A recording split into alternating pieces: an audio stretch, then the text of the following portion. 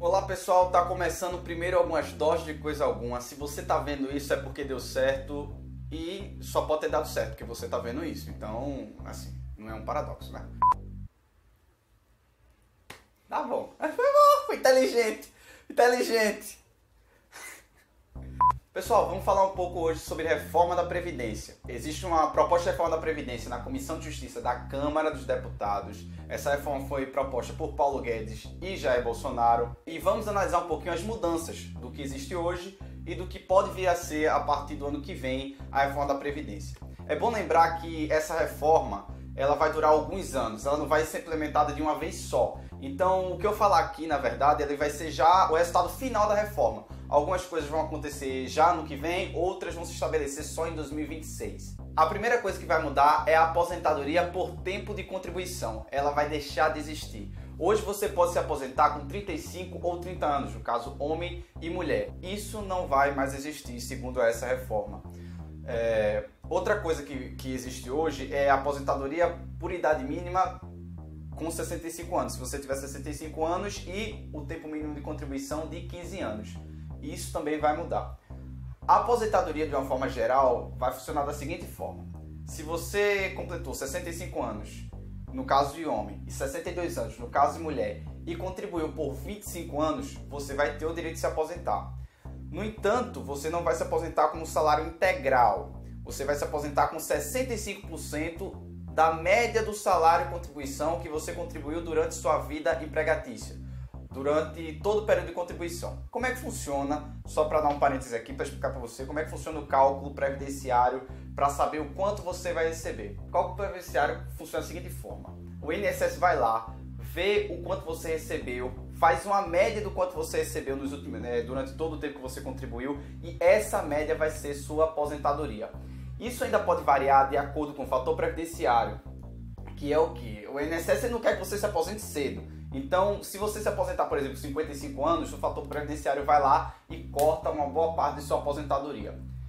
Isso vai se transformar em outro cálculo. Se você é homem e tem 65 anos de idade e contribuiu por 25 anos, você não vai ter o direito a 100% de sua aposentadoria, o valor 100%, o valor cheio, e sim a 60%. O valor cheio só vem se você contribuiu por 40 anos e, no caso, tem os 65 anos no caso de homens e 62 anos no caso de mulher. Ou seja, a aposentadoria cheia, a aposentadoria completa, o valor integral, que é o que a gente fala, só acontece se você tiver 65 ou 62 anos, a idade mínima, e a contribuição mínima, que é 40 anos. Se lembrando que o direito de aposentadoria ele vai vir a partir já de 25 anos de contribuição, mas você só vai ter direito a 60% do seu salário contribuição, da média do seu salário contribuição calculada pelo INSS. Uma parte importante que a gente tem que conversar sobre essa reforma da Previdência, no entanto, não é só o cálculo de idade mínima, o cálculo do fator previdenciário, nem as alterações, as propostas de alterações que vão se estabelecer até 2026. Mas sim a provável proposta de previdência por capitalização facultativa. Atualmente o sistema de capitalização privada ela já funciona no Brasil, só que ela não é facultativa. O regime geral de previdência, que é por regime de partilha, ela é obrigatória, ou seja, você contribui, você paga e os idosos ou os aposentados recebem a quantia justamente de um fundo que você está pagando. E o regime de capitalização você paga e você recebe aquilo que você pagou. Ou seja, é como se fosse a poupança. O regime de capitalização é como se fosse a poupança. Hoje você já pode ter um regime de capitalização se você for num banco, ou seja, no setor privado, e entrar com aposentadoria por capitalização. No entanto, a reforma de Paulo Guedes ela pode modificar isso. Os empregados nessa reforma poderiam escolher o sistema de capitalização ao invés do sistema de partilha, ou seja, ao invés do sistema geral, o sistema de repartição. Isso parece interessante de primeiro momento, mas tem um problema. Primeiro que o regime de capitalização, de uma forma geral, como foi aplicado em outros países, ele não tem piso. Ou seja, diferentemente do regime geral de previdência, que o piso é o salário mínimo, o regime de capitalização ele não tem piso. Você contribuiu, é feito um cálculo a partir de juros, investimentos e esse cálculo de juros e investimentos é o que vai garantir para você a sua poupança, como aconteceu, por exemplo, no Chile. Isso é um problema, porque você acaba criando uma população de terceira idade e vivendo à beira da miséria porque o sistema de capitalização ele não consegue prover isso.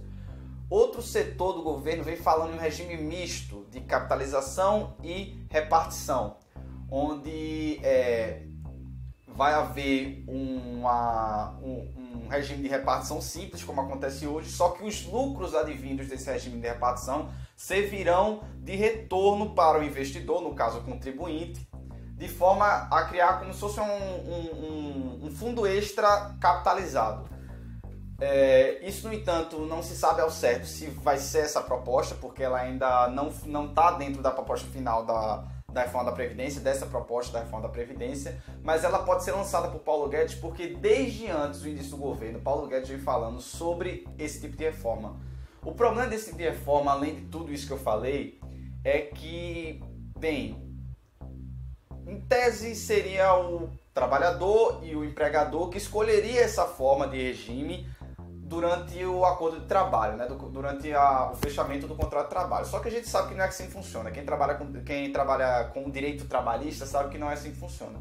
O empregador ele vai escolher, ele vai aceitar só empregados que aceitem um regime de capitalização, porque o regime de capitalização ele vai custar quase nada para o empregado. A gente não sabe ainda ao certo como vai funcionar isso, mas pode ser, por exemplo, como funciona hoje, que o único contribuinte nessa situação toda seja o empregado. Ou seja, o empregado vai lá, em tese recebe um salário maior, porque o empregador não vai precisar mais pagar a cota do empregador, que hoje gira em torno de 20% do salário do empregado, e o empregado ficaria livre para assumir um sistema de capitalização e viver e apostar nisso. O problema é o quanto isso vai ser de pressão dos empregadores e o quanto isso vai ser de vontade dos empregados. E o que isso pode gerar no futuro mais longínquo na população idosa. Só é pesquisar a situação do Chile, está consideravelmente complicada, justamente pela questão que eu já falei, a terceira idade está indo cada vez para um limbo de penúria muito triste. As fontes aqui, de tudo que eu falei, estão aqui embaixo, algumas matérias, talvez você goste das fontes ou não, pesquisem mais, falem com a gente. Os próximos vídeos vão vir se esse der certo, então se você gostou do vídeo, compartilha. Se você está no YouTube, clica no gostei, no like, dá um like, a gente vai ver se faz mais vídeos, se melhora a situação aqui. Esse é só o primeiro vídeo. E se a gente fala mais sobre a reforma da Previdência, ele não é o único assunto, a Previdência não é o único assunto desse canal. Eu tô com vontade de falar sobre muito mais coisas e vamos ver aí como é que acontece. Valeu!